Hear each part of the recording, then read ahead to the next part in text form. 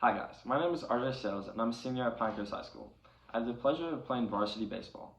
Being a student athlete means you must represent your school for academics as well as sports. Hopefully when y'all come to Pinecrest, you guys will have the honor to bleed green and gold, and it starts now with reading. You have to be a reader as well as being a leader. Now let's get started. The title of this book is How Full Is Your Bucket for Kids? Written by Tom Rath and Mark Reckmeyer, illustrated by Marie J. Manning.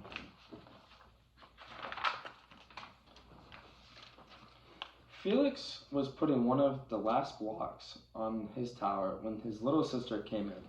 "I want to build with you," she said. Felix scowled. "Go away, you're too little." "I'm big." "Stay back, you'll knock it over." "I can be very careful. Go play with your baby toys, Anna."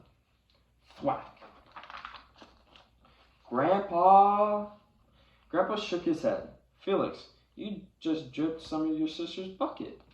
Like everyone else, Anna has an invisible bucket. When it's empty, she feels bad. But when it's full, she feels great. "Did you even notice your own bucket?" "Invisible bucket? Sometimes Felix couldn't quite tell when his grandfather was joking.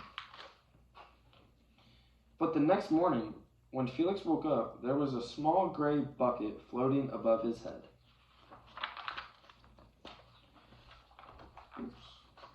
When Felix came down to have breakfast, his mom was in a hurry.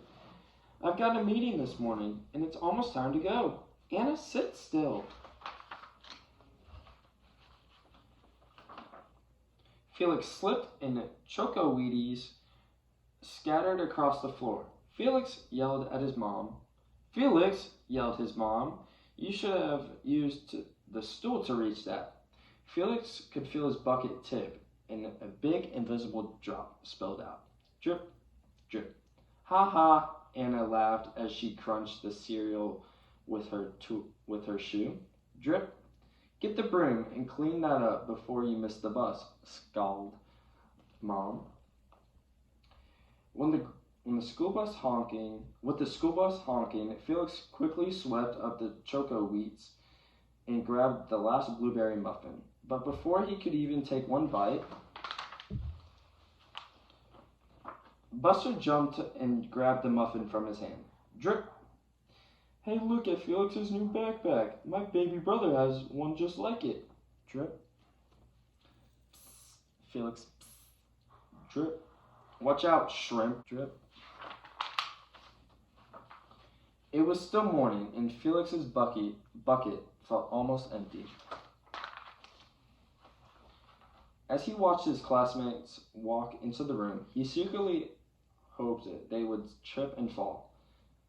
That's what it feels like when you have an empty bucket.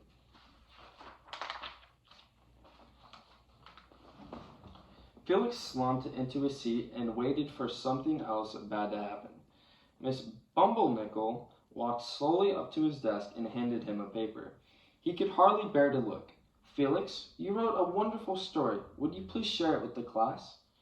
Felix grinned and felt a big drop land right in his bucket. Drop, drop, plop, plink, drop. The Giganotosaurus who wanted a pet, by me, Felix. The class grew quiet. They laughed at all the right places and oohed at the scary parts.